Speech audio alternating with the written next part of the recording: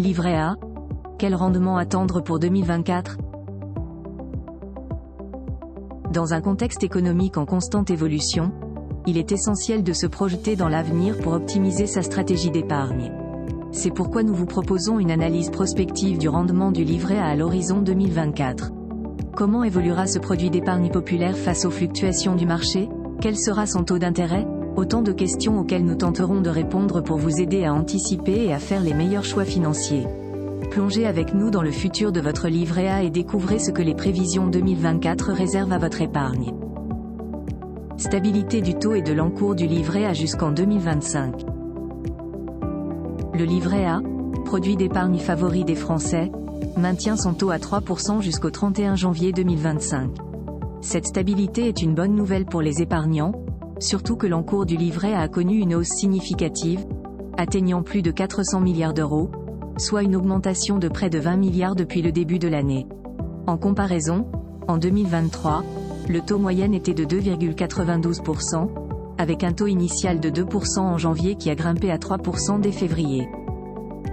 Rendement réel du livret A, une reprise attendue en 2024.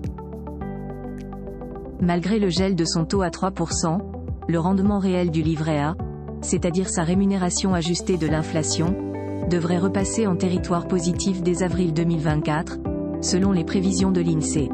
Cette amélioration s'explique par une baisse anticipée de l'inflation, qui devrait descendre sous la barre des 3% au cours du deuxième trimestre. Après plusieurs années de rendement réel négatif, cette perspective offre un regain d'optimisme pour les détenteurs du livret A. Calcul des intérêts du livret A en 2024, exemples et spécificités. En supposant un solde constant sur l'année 2024, sans versement supplémentaire ni retrait, voici ce que pourrait rapporter votre livret A à 3%, 45 € pour un solde de 1 500 €, 190,53 € pour un solde moyen de 6 351 €, 688,50 € pour un solde au plafond de 22 950 €. Cependant, les mouvements sur le compte, comme les dépôts et les retraits, peuvent complexifier le calcul des gains.